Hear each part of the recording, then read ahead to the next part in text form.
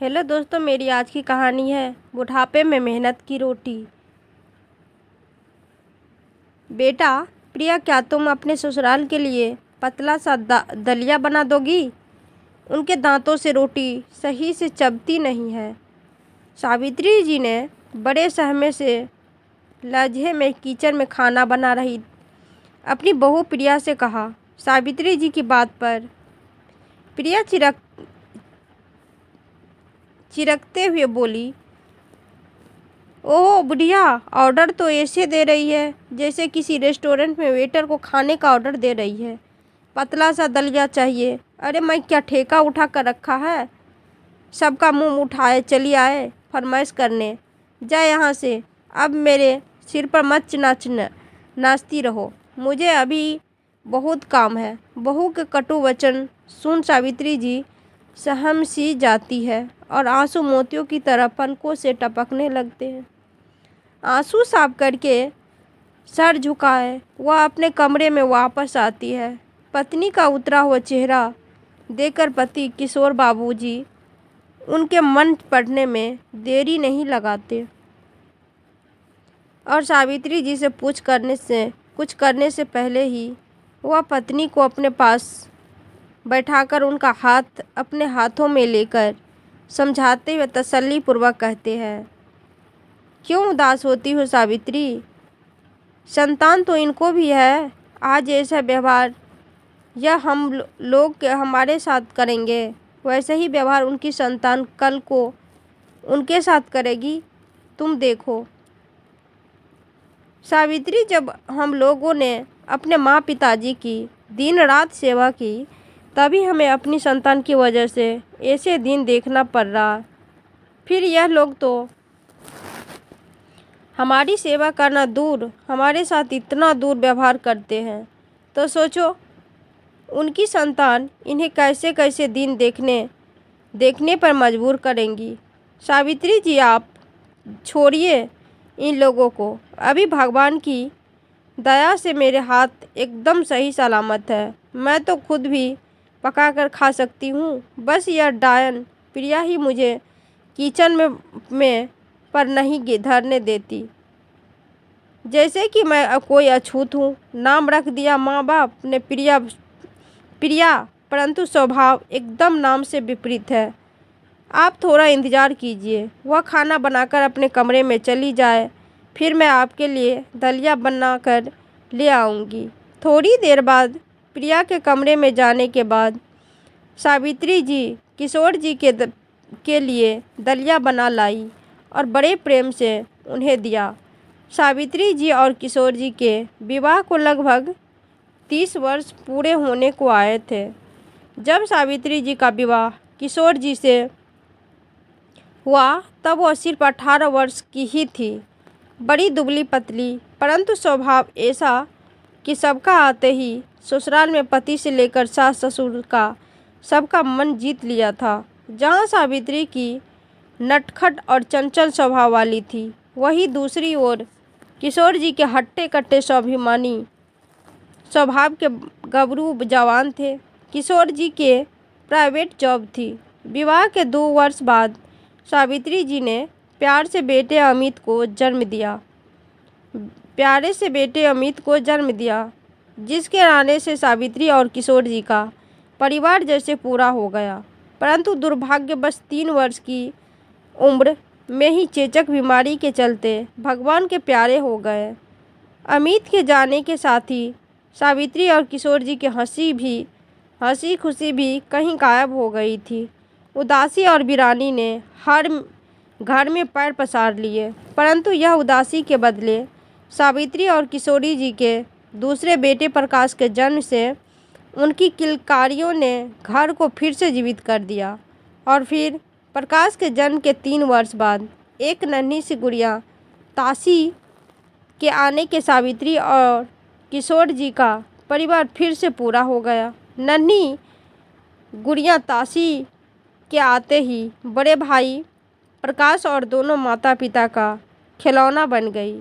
दोनों माता पिता अपने दोनों बच्चों को अत्यधिक प्रेम करते थे। दोनों दंपति ने बड़े जतन और स्नेह से अपने घर को सोचा था। किशोर जी की प्राइवेट जॉब होने के बावजूद भी पाई पाई जोड़कर दोनों ने अपने सपनों का महल खड़ा किया। दोनों ने बड़ी मेहनत करके अपना जो सुंदर और बड़ा सा घर बनाया था, उसके लिए वह महल से कम नहीं था। अपने दोनों बच्चों की परवरिश में भी उन्होंने कभी खाने पहनाने की कोई कमी नहीं की। दोनों बच्चे प्रकाश और ताशी की शिक्षा पर भी उन्होंने काफ़ी जोर दिया। सावित्री जी के एक समझदार गृहिणी की भांति पति की छोटी सी कमाई में भी तिनका तिनका जोड़कर अपने दोनों बच्चों को अच्छे स्कूल और कॉलेज में पढ़ाया। ताशी बिल्कुल अपनी माँ की छवि थी, सुंदर, सुशील एवं थोड़ी सी नटखट। सावित्री और किशोर जी ताशी की शादी बेटे से पहले करना चाहते थे, इसलिए उन्होंने ताशी की बीएससी होने के बाद ही एक अच्छे परिवार में उसका रिश्ता तय कर दिया और फिर 3 महीने बाद ही ताशी का विवाह पंकज से संपन्न हो गया। सावित्री और किशोर जी ने पंकज के रूप में दामाद नहीं, एक और बेटा पाया था। पंकज बहुत ही समझदार, संस्कारी और अच्छे स्वभाव वाले व्यक्ति थे। सावित्री और किशोर जी को अपने माँ पिता जिस सम्मान ही आदर सम्मान देते थे। पंकज जी रेलवे में सरकारी कर्मचारी थे, जिस कारण बस उनका ट्रांसफ़र होता रहता था, इसीलिए वह लोग सावित्री और किशोर जी से मिलने कम ही आ पाते थे। परंतु उनकी प्यारी सी 8 वर्षीय बेटी सौम्या अपने नाना नानी से मिलने को हमेशा बड़ी उत्साहित रहती थी।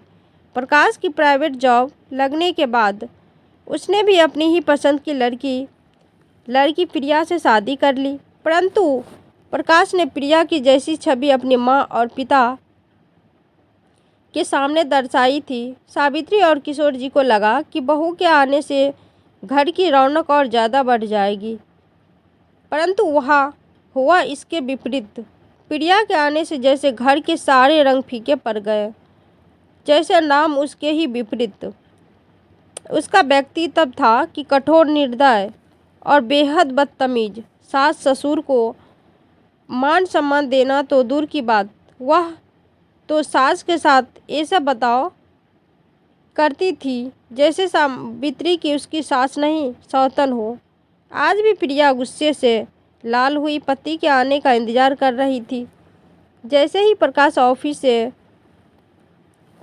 घर आया, उसने आते ही प्रकाश पर आंखें निकाल कर भड़काना शुरू कर दिया। क्यों जी, आपके बूढ़े माँ बाप ने मुझे क्या समझ कर रखा है? मैं कोई नौकरानी हूँ या कोई अलादीन का चिराग से निकला हुआ जीन हूँ, जो अब जब देखो तुम्हारे बूढ़े माँ बाप मेरे सामने खाने की नई नई फरमाइश लेकर पहुँच जाते हैं। प्रकाश भींगी बिल्ली की तरह चुपचाप प्रिया की कड़वी बातें सुन रहा था। प्रिया फिर बोली, आपने क्या बोला था शादी में से पहले मुझे कि प्रिया डार्लिंग, तुम तो मेरे दिल की मालिक हो, तुम्हें तो मैं अपने घर की रानी बना कर रखूँगा, तुम्हारे लिए चांद तारे तोड़ कर ले आऊँगा, और यहाँ देखो रानी की बजाय मुझे नौकरानी बनाकर रख दिया है। अरे मैं अकेले क्या क्या करूँ? आपका काम करूँ, आपके दोनों सपूतों को संभालूँ, या उन बूढ़ों की सेवा करूँ, या उनकी फरमाइश को पूरी करूँ? प्रकाश डरते डरते कहता है, प्रिया डार्लिंग, तुम गुस्सा क्यों करती हो? अरे माँ की किस काम आएगी? तुम इससे काम क्यों नहीं करवाती हो? पूरा दिन खा पी कर बिस्तर ही तो तोड़ती है। दोनों बुढ़ा बूढ़ी पति की बात सुन प्रिया ने फिर आंखें दिखाते हुए कहा, नहीं जी, मुझे ना उनका काम करना है और ना ही उनसे अपना काम करवाना है। आप क्या चाहते हो? उनसे अपना काम करवा कर मैं अपना काम बिगड़वा लूँ? अब मुझे आपकी एक बात नहीं सुनी। सुन्नी, आज मैं बता दे रही हूँ, या तो आप उन दोनों बुड्ढों को चूल्हा अलग करा दो, नहीं तो मैं अपने मायके चली जाऊँगी। वह भी अकेले, फिर संभालना आप ही, अपने दोनों बेटों और अपनी सन के माँ बाप को भी। प्रकाश बोला, शांत हो जाओ प्रिया, तुम गुस्सा थूक दो। मेरी प्यारी पत्नी, मैं अभी इलाज करता हूँ दोनों का, चलो आओ मेरे साथ। प्रिया और प्रकाश गुस्से में तिलमिलाते हुए सावित्री जी और किशोरी जी के कमरे की तरफ जाते हैं। प्रकाश, जो अभी तक भीगी बिल्ली बनकर प्रिया की बातें ऐसे सुन रहा था जैसे एक नालायक बच्चा अपने अध्यापक की डांट सुनता है, अपने माँ पिता के सामने शेर की तरह दरहाड़ते हुए कहता है, तुम दोनों को आखिर दिक्कत क्या है? क्यों चैन से नहीं जीने देते हो तुम प्रिया को? क्यों इतना जलते हो? तुम दोनों की पसंद की लड़की से शादी कर लेता, तब तो तुम दोनों बूढ़ा बूढ़ी खूब खुश रहते हैं ना, क्योंकि मैं अपनी पसंद की लड़की को बहू बना कर ले आया, इसीलिए बेचारी को टॉर्चर करते हो हर समय। प्रकाश की बात सुन सावित्री जी और किशोर जी ने दोनों दंग रह जाते हैं, और किशोर जी कहते हैं कि बेटा, यह कैसे कैसे इल्ज़ाम लगा रहे हो तू हम पर? तू जो एकलौता बेटा है, भला हम तुझे और बहू से क्यों जलने लगे? इस पर सावित्री जी बोलती है, बेटा, हम दोनों तो बहू को बिल्कुल भी तंग नहीं करते। सास की बात सुनकर प्रिया बोली, ओह प्रकाश, देखो तो जरा तुम्हारे सामने कैसे शरीफ बन रहे हैं बेचारे। प्रकाश फिर से चिल्लाया, अरे संभाल तो रखा है उसने पूरा घर, और क्या तुम दोनों अब पहाड़ कटवाओगे इससे? अब मैं निर्णय कर लिया है, कल से तुम दोनों अपना चूल्हा अलग कर लो, फिर चाहे तुम खिचड़ी खाओ, दलिया खाओ, साग खाओ या रोटी, हमें कोई मतलब नहीं। बेटे के मुंह से इतनी बड़ी बात सुन दोनों बूढ़े माँ बाप भौचक्के रह जाते हैं। अचानक उनका ऐसा महसूस होता है जैसे वह कोई अनाथ हो, लावारिस हो। दोनों की आंखों में आंसू भर आते हैं। सावित्री की तो खुद को रोने से रोक नहीं पाती, रोते रोते बोलती है, बेटा, तू होश में तो है ना? क्या कर रहा है? हम इस उम्र में तो हम लोगों को ऐसे चूल्हा करने को बोल रहा है? हमने तो सारी ज़िंदगी जो कमाया सब इस घर में है, और तेरी अच्छी परवरिश में, तेरी शादी और पढ़ाई लिखाई में लगा दिया। अब इस बुढ़ापे में हम अपना खर्चा कैसे उठाएंगे? प्रकाश बोला, मैं कुछ नहीं जानता। कल से प्रिया तुम लोगों के लिए खाना नहीं बनाएगी बस, और वैसे भी इस उम्र में तुम लोगों का खर्चा ही क्या क्या है? क्यों चाहिए तुम्हें इतने पैसे? अरे राम राम नाम जपो। फिर पत्नी की तरह देखते हुए कहता है, प्रिया, अपने पुराने बड़े बर्तनों में से कुछ बर्तन और पुराना छोटा वाला गैस चूल्हा इनको दे देना, और फिलहाल इनको अपने सामान में से ही थोड़ा आटा चावल वगैरह भी दे देना, बाद का बाद में देखा जाएगा।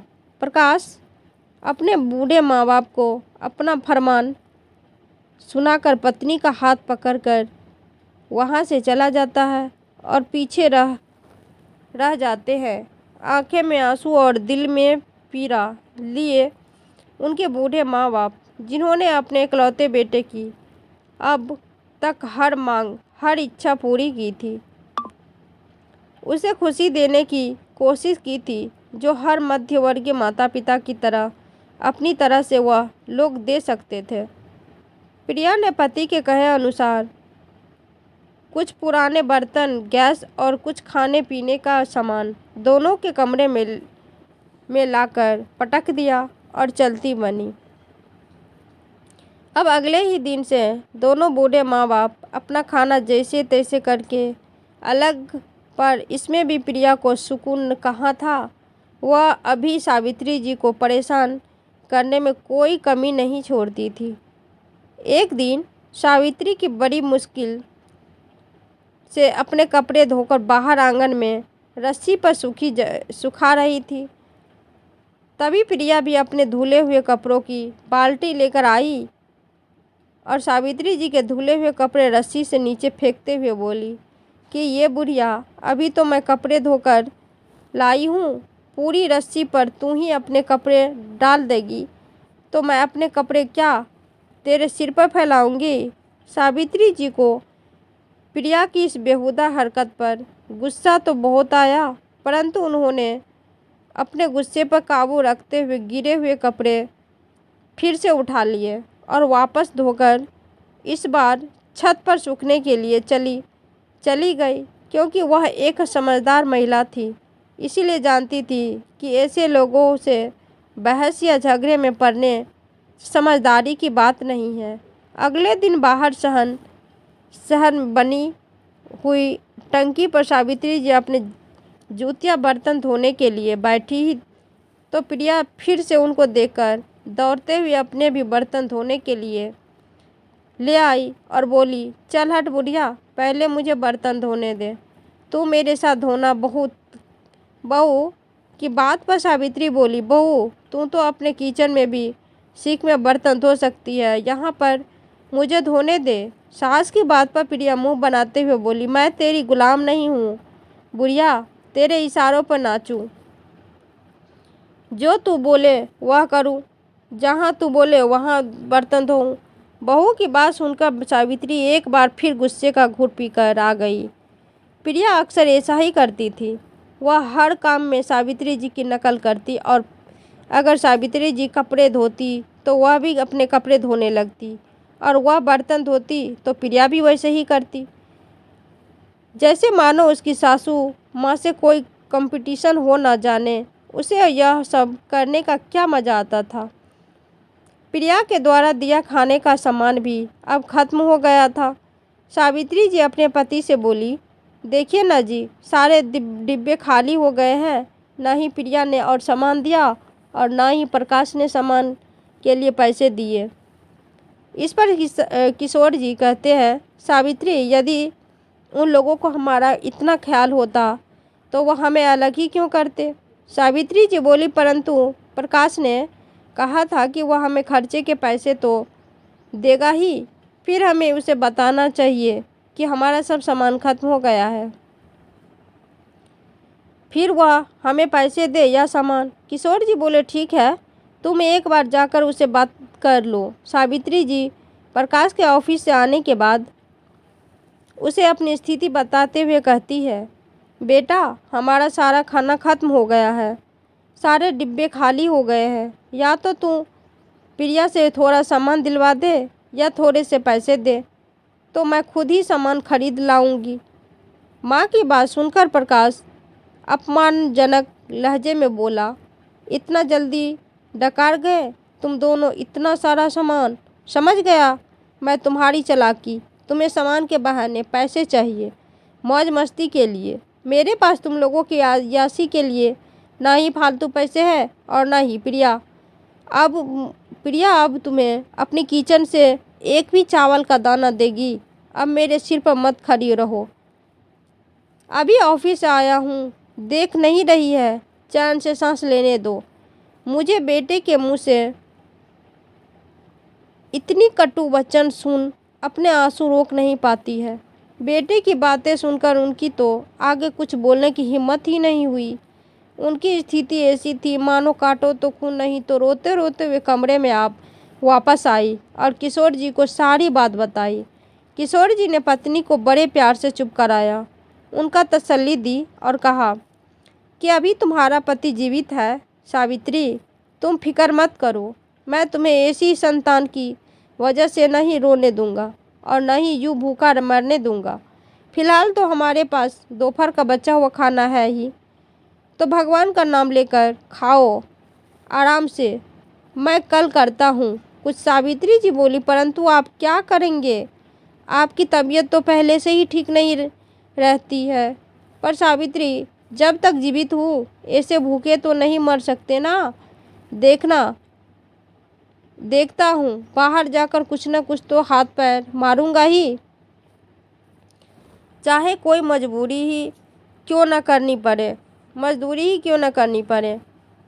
किशोर जी ने पत्नी की बात का उत्तर देते हुए कहा और पत्नी को तसल्ली से खाना खिला कर दोनों लोग सो गए। सुबह में जब उन दोनों के पास खाने को कुछ नहीं बचा था, ऐसी स्थिति में ही भूखे पेट पत्नी मना करने पर भी किशोर जी की किसी काम की तलाश में 2 पैसे कमाने की आस लिए घर से निकल पड़ते हैं। पर बूढ़ी हड्डियां और भूखी आंतें कहाँ तक साथ देती। अपने मोहल्ले की गली पार करते ही वह कमजोरी की वजह से चक्कर खाकर गिर पड़ते हैं। तभी मोहल्ले के कुछ लड़के उनको देखते ही उठाकर घर छोड़ते जाते हैं और सावित्री से उनका ख्याल रखना को बोलते हैं। सावित्री जी पति को ऐसी बेसुध हालत में देखकर एकदम घबरा जाती है। किशोर जी को लाकर सबसे पहले पानी पिलाती है और रोती रोती कहती है, मैंने मना किया था आपको कि मत जाओ, पर मेरी बात नहीं मानी आपने। आज अगर आपको कुछ हो जाता तो। इतना कहकर वो और ज़्यादा रोने लगती है। किशोर जी इस समय कुछ भी बोलने की हालत में नहीं थे। फिर सावित्री जी अपने आप को कुछ संभालते हुए कहती है, आप थोड़ी देर आराम कीजिए, थोड़ी आपकी तबीयत संभलती है तो मैं आपको पड़ोस वाले क्लिनिक में ले चलती हूँ। गुप्ता जी का डॉक्टर बेटा तो आपका बड़ा आदर सम्मान करता है, आपसे थोड़ी बहुत दवाई के पैसे भी नहीं लेता। थोड़ी देर बाद किशोर जी को सहारा देकर पड़ोस के क्लिनिक में लेकर जाती है तो डॉक्टर उनका दांत लगवाने का सुझाव देते हुए कहता है कि चाचा जी को किसी की दवाई की ज़रूरत नहीं, इनका अच्छे खान पान की ज़रूरत है। दांत न होने की वजह से खाना अच्छे से नहीं खा पाते हैं, इसीलिए कमजोरी आ गई है। फिलहाल मैं अपने पास से ताकत के कुछ कैप्सूल दे देता हूँ, परंतु आप उनके दांत लगवा दीजिए ताकि यह खाना अच्छे से खा सके। सावित्री जी प्रकाश के आगे गिड़गिड़ाते हुए पैसे की भीख मांगती है, परंतु जरा भी दया नहीं खाता और पैसे देने के लिए साफ मना कर देता है। और उस दिन अपनी बीमार बूढ़े माँ बाप को घर में अकेला छोड़ पत्नी और बच्चों के साथ 5 दिन की ट्रिप पर निकल जाता है।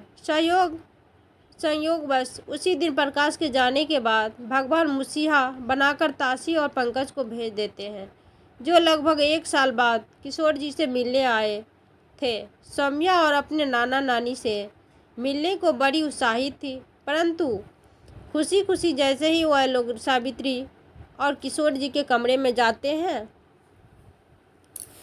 बीमार भूख से तड़पते हुए माँ पिताजी को देखकर हक्के बक्के रह जाते हैं। ताशी की तो जैसे रूह कांप जाती है। सौम्या भी भागकर नानी के गले लगकर रो पड़ती है। सावित्री जी और किशोर जी भी बेटी और दामाद को देखकर बहुत रोते हैं और सारी स्थिति का वर्णन करते हैं। ताशी और पंकज को तो इतना गुस्सा आता है कि अगर प्रकाश और प्रिया का उनके सामने होते तो वह लोग उनका मार मार कर भरता बना देते। ताशी और पंकज इस समस्या का हल ऐसे निकलते हैं कि प्रकाश और प्रिया के टिप पर से वापस आने से पहले अपने माँ बाबूजी को सावित्री की कॉस्मेटिक के नाम से उसके विश्राम कक्ष में ही आगे की तरह छोटा सा शटर लगवाकर एक कांस्टेबल की छोटी सी दुकान खुलवा देते हैं, जिससे कि सावित्री और किशोर जी का समय भी बीत जाए और उनको पाई के लिए बेटे के हाथ भी न फैलाना पड़े। माँ और बाबूजी ख्याल रखने का बोलकर वह लोग चले जाते हैं। जैसे ही प्रकाश और प्रिया ट्रिप से वापस आते हैं तो सावित्री कॉस्मेटिक देखकर दोनों हक्के बक्के रह जाते हैं। दोनों समझ गए थे कि मदद ताशी और पंकज के सिवा कोई नहीं कर सकता। प्रिया जो कि हर काम में सास की कॉपी करती थी, सास की दुकान देखकर पटकते हुए पति से कहती हैं, देखा बूढ़ी हड्डी में अभी भी कितनी दम है। हम ट्रिप पर गए थे तब दोनों बीमारी का कैसा नाटक कर रहे थे और इतनी जल्दी दुकान भी खोल बैठ गए हैं। जब यह बूढ़ी इस उम्र में दुकान खोल सकते हैं तो मैं क्यों नहीं। मुझे भी आप ऐसी ही सेम टू सेम दुकान खुलवा कर दो। उसकी जिम के आगे प्रकाश विहार जाता है और उसको ठीक अपनी माँ पिताजी दुकान के सामने ही प्रिया कॉस्मेटिक के नाम से कॉस्मेटिक की दुकान खुलवा देता है। प्रिया ने दुकान खोलते ही फिर से सावित्री जी को तंग करना शुरू कर दिया। जो ग्राहक सावित्री जी की दुकान की तरफ जाते वह बड़ी चालाकी से ग्राहक को लुभाते हुए कहती है, अरे बहन जी, आप मेरी दुकान पर आइए, एक से बढ़कर एक लेटेस्ट सामान रखती हूँ मैं, एकदम मेरी ओरिजिनल। वह सामने वाली दुकान पर तो सारा सामान नकली है, आप यहाँ मेरी दुकान पर लीजिए, देखिए सारी वैरायटी उपलब्ध है, लैक्मे, हिमालय, पॉन्ड्स, गार्नियर सब मिलेगा आपको। ऐसे ही चालाकी करके प्रिय सारे ग्राहक अपनी दुकान की तरफ खींच लेती और उधर सावित्री जी और किशोर जी को नुकसान होने लगा, क्योंकि उनकी दुकान पर आने वाले ग्राहक सब प्रिया की दुकान पर जाने लगे। इधर प्रिया अपने ग्राहक बढ़ाने और अच्छी इनकम की खुशी मनाने लगी थी तभी, परंतु पिछले मोहल्ले की जो कमला प्रिया की दुकान से एक दिन पहले सर में लगाने के लिए मेहंदी लेकर गई थी, तो वो गुस्से से लाल हुई वापस प्रिया की दुकान पर पहुंची और गुस्से में लाल होते हुए बोली, ओ प्रिया मैडम, देख कर तेरी दुकान से खरीदी हुई मेहंदी ने मेरे सिर की क्या हालत कर डाला। देख आँख फाड़ कर मेरे कितने बाल झड़ गए हैं। एक ही रात में तेरी मेहंदी ने मुझे गंजा बना डाला।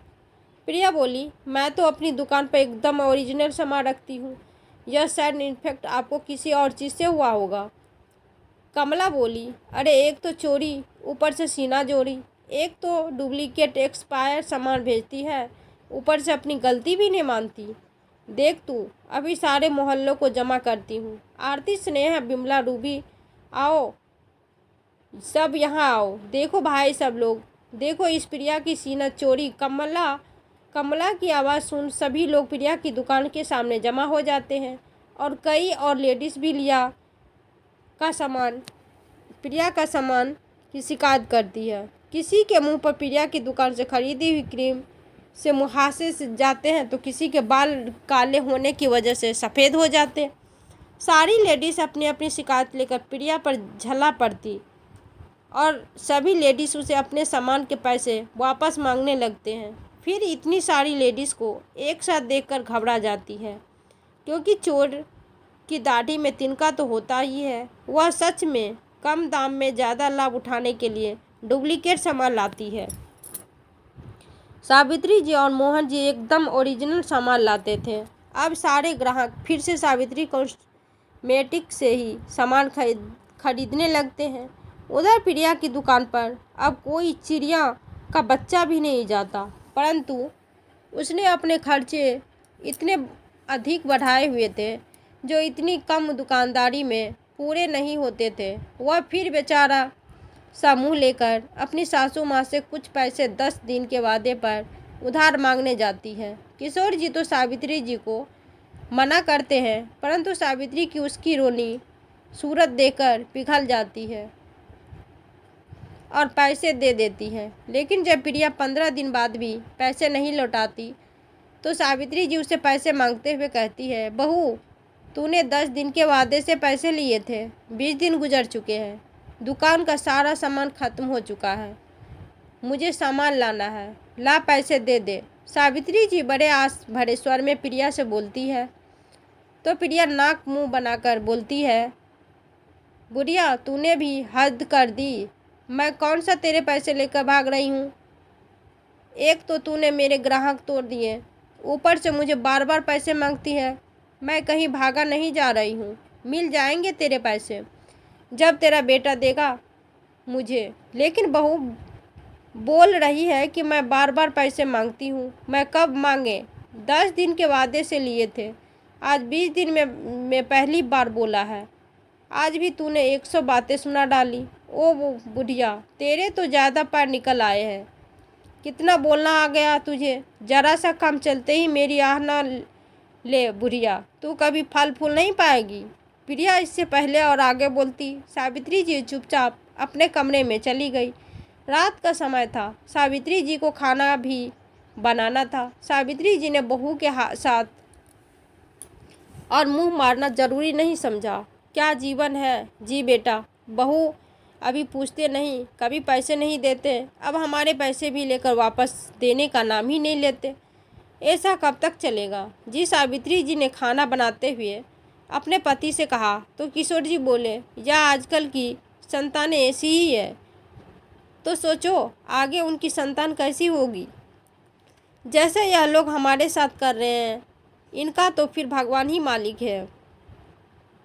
और अगर तुमने एक भी पैसा न इन कपूतों को दिया तो मुझे बुरा कोई नहीं होगा, मुझसे बुरा कोई नहीं होगा। हाँ जी जानती हूँ, आगे से ध्यान रखूँगी। चलो अब खाना खाते हैं। दोनों खाना खाते हैं और आराम से सो जाते हैं।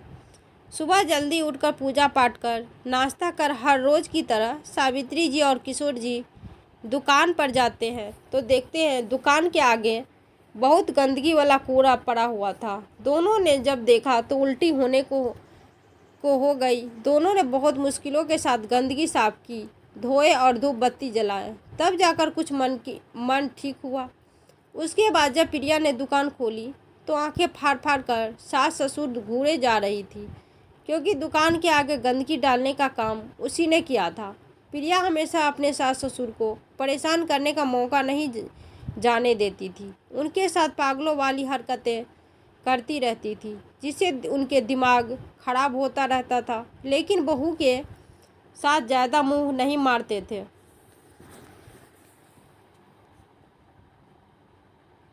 दोनों दंपति ने दुकान के सामने सामान के लिए कुछ तो रकम इकट्ठा कर लिया था और कुछ बहू से लेकर सामान लाने की योजना बना रहे थे। दुकान बंद करने के बाद रात में फिर सावित्री जी ने प्रिया से अपने पैसों के लिए कहा, बहू आज तो पैसे दे दो, हमें कल सामान लाना है।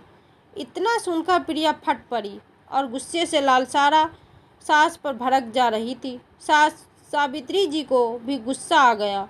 मैं अपने पैसे मांगकर कौन सा पाप कर दिया जो तुम इतना बिगड़ रही हो? उन दोनों की आवाज़ सुनकर किशोर जी भी कमरे से बाहर आ गए। बहू थोड़ी तो लाज शर्म कर लिया करो, तेरी सांस भी माँ की ही होती है। किशोर जी ने प्रिया को समझाते हुए कहा तो प्रिया और ज़्यादा भड़क गई। माँ, अरे हाँ यह माँ नहीं डायन है, डायन जो अपने बेटा बहू को जरा से पैसे देकर भी मांगे जाती है। इतना सुन किशोर जी को क्रोधित हो उठे और सावित्री जी का हाथ पकड़कर उन्हें कमरे में लेकर चले गए। इतने में प्रकाश भी आ गया। पत्नी को गुस्सा में लाल देखकर पूछने लगा, अब क्या हो गया भाग्यवान? प्रिया पर भड़कते हुए कमरे में चली गई। उसके पीछे पीछे प्रकाश भी कमरे में चला गया। उधर किशोर जी, सावित्री जी मुझे इतना गुस्सा आ रहा है कि बस कोई अनर्थ हो जाएगा। देवी सामान सास को भी डायन बोल रही है, मेरा हाथ उठ जाएगा। नहीं जी, बस अच्छा हुआ आप मुझे कमरे में ले गए। यह तो बहुत बदतमीज लड़की है जिसे बड़ों के सम्मान का भी नहीं पता। चलो मैं खाना बना दिया है, खाना खा लो। आप क्यों, तुम नहीं खा रही हो क्या? नहीं जी, मुझे भूख नहीं है। लेकिन तुमने क्या खाया था जो भूख नहीं है? तुम मेरे साथ खाओगी तो ही मैं खाऊंगा। और सुबह सामान लेने शहर भी तो जाना है। जल्दी सोएंगे तभी तो जल्दी उठेंगे। फिर किस टाइम खाओगी? ठीक है जी, खाना खा लेती हूँ। दोनों खाना खाते हैं और बहू की हरकत को नज़रअंदाज कर सो जाते हैं। उधर प्रकाश खाना वाना बनाकर सोने के लिए तैयार था। बच्चे भी सो चुके थे और प्रिया बैठी हुई सोच में डूबी थी। अरे क्या सोच रही हो, सोना नहीं है क्या? हाँ अभी सो रही हूँ, तुम सो जाओ। प्रकाश सो जाता है। प्रिया ताना बाना बुनती रहती है, बूढ़ों को तो सबक सिखाकर रहूँगी। बहुत हेकरी आ रही है दोनों के अंदर। जब से इनका काम चला है तब से और ज़्यादा घमंड आ गया। इनका घमंड चूर चूर किया तो मेरा नाम भी प्रिया नहीं। वह रात भर इसी फिराक में थी कि जब तब सास ससुर सोए और मैं उसके पास पैसे साफ करूं। रात के 2 बज चुके थे। उसे अपनी खुरपातियों में कभी कमरे से बाहर जाती, कभी अंदर में आती, फिर बाहर गई। सास ससुर के कमरे में चुपके से जाकर देखा तो दोनों नींद में चूर मार रहे थे। चूर सो रहे थे। वह धीमे धीमे कदमों से अंदर घुसी और अलमारी के पास पहुंच गई, जिसमें सावित्री जी ने सामान लाने के लिए 15,000 रुपये रखे थे। उसने पूरी अलमारी की तलाशी ली, उसे कुछ नहीं मिला। उसका ध्यान सोए हुए सास ससुर पर ही था। कहीं जाग गए तो प्लान चौपट हो जाएगा। और अलमारी में उसे कुछ न मिला। उसका मुंह बन गया। बुढ़िया ने कहा, रखे हैं पैसे। बुढ़िया बड़ी चालाक है, वह अपने मन में सोच रही थी। तभी उसकी नज़र दीवार पर टंगी एक थैले पर पड़ती है। हो न हो बूढ़ा बूढ़ी ने इसी में पैसे रखे होंगे, यही थैला लेकर जाने वाले हैं कल यह लोग। चलो इसमें भी चेक करती हूँ। तभी किशोर जी करवट लेते हैं तो प्रिया घबराकर नीचे बैठ जाती है। उनको सोता देख फिर से खड़ी होती है और दीवार पर टंगे थैलों से में जैसे ही हाथ डालती है तो उसके अंदर एक और छोटा सा थैला था। वह उसे बाहर निकाल कर चेक करती है तो उसमें 15,000 की रकम देख उसकी आंखें चमक जाती हैं। वह पैसा देख कितनी उत्साहित होती है कि वही थैला लेकर धीमे धीमे कदमों से बाहर आ जाती है और चैन की सांस लेती है। शुक्र है भगवान का, सांप भी मर गया और लाठी भी नहीं टूटी। सोचते हुए अपने कमरे में जाकर अलमारी में वह पैसा वाला थैला रख देती है और बिस्तर पर पलटी मार आराम से सो जाती है। हर रोज़ की तरह सावित्री जी किशोर जी सुबह सुबह उठ नहा धोकर पूजा पाठ कर नाश्ता कर जैसे ही चलने के लिए थैला उठाकर उसमें हाथ देते हैं तो उसमें थैला न पाकर घबरा जाते हैं। थैले को बार बार चेक करते हैं। उसे उलट पुलट कर देखे जा रहे थे। दोनों पसीने में तरबतर हो गए थे। बूढ़ी हडिया ने दिन रात की कड़ी मेहनत कर वह रकम इकट्ठा की थी। दोनों का हार्ट फेल होने को हो गया। मेरे सामने ही रखे थे सावित्री, तुमने तो इसमें तो कहाँ गए, किसने उठा लिए? किशोर जी ने घबराते हुए कहा, कहाँ जाएंगे, यह काम प्रिया के अलावा और कौन कर सकता है। हमारे घर में चोर उचक्के तो आने से रहे, रात उसके साथ कहाँ सोई हो गई थी, देखा नहीं था तुमने कैसा व्यवहार कर रही थी, तो क्या वह पैसे नहीं चुरा सकती? सावित्री जी ने माथे में बल डालते हुए कहा। तो किशोर जी बोले, तुम ठीक कर रही हो, नहीं हो यह बहू का ही काम है, लेकिन उसकी तलाशी कैसे ले? अब तो प्रकाश भी जागने वाला होगा। प्रिया तो वह मंडर मचा देगी। वो मंडर मचाए तो मचाए, हमारी मेहनत के पैसे हैं, ऐसे नहीं जाने दूंगी। इतना कहकर दोनों प्रकाश के कमरे में चले जाते हैं। प्रकाश जाग गया होता है, प्रिया सो रही होती है। सुबह सुबह ऐसे अचानक अपने माता पिता को अपने कमरे में देख प्रकाश हैरान रह जाता है। क्या बात है, तुम दोनों को शर्म नहीं आई क्या? बेटे बहू के कमरे में घुसे आ रहे हो। हमें तो शर्म है, तेरी पत्नी को ही शर्म नहीं है जो रात में चोरी करती फिरती है, किशोर जी ने कहा। तो प्रकाश चिल्ला उठा, जवान संभाल कर बात करो, होश में भी हो क्या बोल रहे हो? प्रकाश की तेज आवाज़ सुन प्रिया और बच्चे भी उठ खड़े होते हैं। क्या बात है जी, क्या हुआ? सुबह सुबह यह लोग हमारे कमरे में क्या कर रहे हैं? बहू इतनी भोली मत बनो, हमें ये सब पता है, सावित्री जी बोली। तो प्रिया यहाँ भी तिमक कर बोली, क्या पता, तूने हमारे पैसे चुराए हैं, निकाल हमारे पैसे। इतना सुन प्रिया गुस्से में भड़क जाती है और सास पर हाथ उठाने वाली होती है तो किशोर जी उसका हाथ पकड़ लेते हैं। उठा कर दिखा जरा हाथ, किशोर जी गुस्से से बोलते हैं। तो प्रकाश को गुस्सा आ जाता है, कैसे व्यवहार कर रहे हो मेरी पत्नी के साथ? बूढ़े एक तो झूठा इल्ज़ाम लगा रहे हैं, ऊपर से इतना घटिया व्यवहार कर रहे हो, तो फिर तलाशी दो अपने कमरे की। अगर झूठा इल्ज़ाम है तो फिर तलाशी दो अपने कमरे की। अगर झूठा इल्ज़ाम है तो प्रकाश को इतना जुल्म ही नहीं था कि उसकी पत्नी चोरी कर सकती है। उसने झट से बोल दिया, तलाशी कर लो अपने मन की, अगर न मिले तो पैसे तो फिर देखना तुम बूढ़ो। इतना सुन प्रिया को अलमारी के सामने खड़ी होकर अपनी बेवकूफ़ी का सबूत दे देती है। प्रकाश कहता है कि जब तुमने चोरी की ही नहीं तो लेने दो ना तलाशी। प्रिया अलमारी के सामने ही खड़ी रही तो प्रकाश ने उसे पकड़कर अपने पास खींच लिया। प्रिया बोलती रहे उसमें कुछ नहीं है, लेकिन प्रकाश ने उसे पकड़ रखा और बोला, ले लो तलाशी। जैसे ही किशोर की अलमारी में घुसे कपड़ों के अंदर छुपा कर रखा हुआ था, उसे देखी प्रिया की आंखें शर्म से झुक जाती है और प्रकाश की आंखें फटी की फटी रह जाती है। वह प्रिया की तरफ देखा है तो प्रिया बिल्ली की तरह खड़ी रहती है। यह क्या है बेटा? सावित्री जी बोली। तेरी पत्नी ने तो कुछ भी नहीं चुराया था, अभी यह क्या है? किशोर जी भी बोले। प्रकाश का गुस्सा आ गया और अपने माता पिता पर ही भड़क उठा। तुम दोनों बूढ़े की इसका दिमाग खराब करके रखते हो और ज़रूरी थोड़ी इसने रखा हो सकता है तुमने ही हमारी अलमारी में अपना थैला छुपा दिया हो। अपने पति के मुंह से यह शब्द सुन प्रिया में 1 किलो खून बढ़ गया। हाँ जी, यह दोनों ही रात में मुझे कुछ न कुछ सुना रहे थे। सावित्री जी और किशोर जी गुस्से से देखते हुए रहे तो प्रकाश बोला, अब आंखें फाड़ कर क्या देख रहे हो? निकलो मेरे कमरे से बाहर। प्रकाश कटु वचन सुन दोनों माता पिता चुपचाप कमरे से बाहर आ जाते हैं। 5 मिनट बाद अचानक प्रकाश और प्रिया पर डंडे का प्रहार होता है।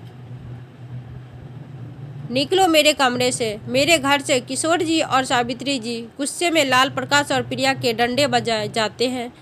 हमें ही हमारे घर से निकालोगे? हमारा ही घर हमें ही आंखें दिखाकर निकालते हो? मैं बताता हूँ तुम्हें। किशोर जी प्रकाश के और सावित्री जी प्रिया के डंडे बजाते हुए बोलते रहते हैं। कपूत तो तुमने बुढ़ापे में हमारा जीना हराम करके रख दिया। हमारा खर्चा उठाने, हमारी सेवा न करते और जो हम बुढ़ापे में खुद करके 2 रोटी चैन की खाना खाते हैं तो उसे भी न खाने देते। बेटा अब बहू होते हुए हम अपनी बूढ़ी हड्डियाँ घिसकर दिन रात मेहनत कर पाई जमा करते हैं, वह भी चुरा लेते हो। हम निकलेंगे तुम्हारी हेकरी आई मम्मी बाबूजी दोनों के मुंह से निकल रहा था। दोनों में डंडा पकड़ना भी चाहा तो हाथों पर ही डंडा बजा दिया और बजाते बजाते घर के बाहर ले गए। फिर शौक है न तुझे हर काम में सास की बराबरी करने का? अब करिए बराबरी। सावित्री जी ने दांत खींचते हुए कहा, तुझे भी बहुत शौक है पत्नी की हर गलत बात को पानी देने का। अब दिए हर बात को पानी। जब हर काम में बराबरी करने का शौक है तो अब घर भी खुद अपने पैसों के बना और दफा हो जाओ हमारे घर से। किशोर जी और सावित्री जी पूरे गुस्से में थे। आज तक जो गुस्सा वह पीते आए हैं, आज वह सब बाहर आ चुका था। घर से बाहर निकलते वो दोनों की सारी हेकड़ी निकल गई। आंखों के आगे तारे टूट गए कि आज तो अपनी पर आ गए हैं। दोनों माँ पापा हम कहाँ जाएंगे? किराए तक का हिसाब नहीं, कैसे पूरा करेंगे? यह सब उन्होंने 2 पलों के अंदर मार खाते खाते ही सोच लिया था। दोनों माता पिता के चरणों में चरण पकड़कर और रो कर माफ़ी मांगने लगे। किशोर जी जो कि पहले से गुस्से से भरे थे बोले, अब कोई माफ़ी वाफ़ी नहीं है। अब अपने घर एक पल तुम्हें बर्दाश्त नहीं करूँगा। हमने भी लाड़ प्यार में तुम्हें बिगाड़ अपने सर पर बैठाया, लेकिन अब बस अति हो गई। एक ही घर में हम बूढ़ों को 2 रोटी के लिए अलग कर दिया। हम तभी भी कुछ नहीं बोले। हमारे इलाज खर्चा को भी 1 पैसा नहीं दिया। हमने अपना काम कर लिया, हम तब भी नहीं बोले। बहू ने तो रात सावित्री जी को परेशान करके रखा था, तब भी नहीं बोले। लेकिन किसी बात की हद भी होती है और अब वह हद पूरी हो गई। 10 मिनट से पहले मेरा घर खाली कर दो, नहीं तो मोहल्ले वाले को बोल दूंगा। हम बूढ़ों को जलाना चाह रहे थे। प्रकाश रोते हुए बोला, लेकिन पिताजी हम जाएंगे कहाँ? हमें नहीं पता, कहीं भी जाकर मरो, चैन से जीने दो। किशोर जी ने उन्हें घर से सामान लेने के लिए आधा घंटे दे दिए। आधे घंटे में दोनों ने अपना जरूरी सामान बांध बच्चों को लेकर घर से निकल पड़े। किशोर जी के दोस्त रघुवर जी के घर पर आकर पिता से बात करने की उनसे सिफारिश की। उनके आगे रोए गिड़गिड़ाए उन्होंने किशोर जी को फ़ोन किया, लेकिन किशोर जी टस से मस्त न हुए। देखा रघुवीर सारी बात मान लूँगा, बस यह बात मत बोलना कि इन्हें घर में रख ले। अपनी बच्ची खुशी सांस हम दोनों बूढ़े पति पत्नी अब चैन से लेना चाहते हैं। उन्हें गुस्से में देखा और उनकी बातों से सहमत रघुवीर जी ने भी उनको मना कर दिया। अब दोनों दर दर की ठोकरें खाने को मजबूर हो गए। महंगाई कैसे दूर में घर बनाना मुश्किल ही नहीं, नामुमकिन है। अब दोनों की किराए पर आते हुए 5 साल गुजर चुके हैं। दोनों में बहुत झगड़े होते हैं। दोनों बच्चे भी होश संभाल रहे थे। अब वही कहानी उनके बच्चे उनके साथ दोहरा रहे हैं जो उन्होंने अपने माता पिता के साथ किया। उधर किशोर जी और रघुवर जी चैन से अपना जीवन जीने में व्यस्त थे। उन्होंने घर से थोड़ी दूरी पर ही बड़ी दुकान खरीद ली थी और जो आसपास के इलाकों में बहुत प्रसिद्ध हो चुकी थी। दोनों भी बहुत प्रसिद्ध हो चुके थे। दुकान पर ब्रांडेड कॉस्मेटिक साधन रख लिए थे और बहुत चैन सुकून से अपना जीवन काट रहे थे। जब उनसे कोई सवाल करता कि आपने अपने बेटा बहू को घर से क्यों निकाल दिया, तो बड़े गर्व से बोलते हैं, जब बच्चे बूढ़े माता पिता पर अत्याचार करके उन्हें ही घर से निकाल सकते हैं तो माता पिता क्यों नहीं निकाल सकते। उनके घर रहते रहते हम घुट कर जीते थे। उनके जाने के बाद खुली सांस ले रहे थे। ऐसे संतान के साथ रहने से क्या फ़ायदा जिसका बुढ़ापे में 2 दिन भी सुख ना हुआ हो। उनकी बातों की सब सराहना करते थे और सब उनसे सलाह लेने के लिए आने लगे थे। दोस्तों, उम्मीद करती हूँ कि हमारी कहानी पसंद आई होगी। कहानी अच्छी पसंद आए तो वीडियो को लाइक सब्सक्राइब ज़रूर करें।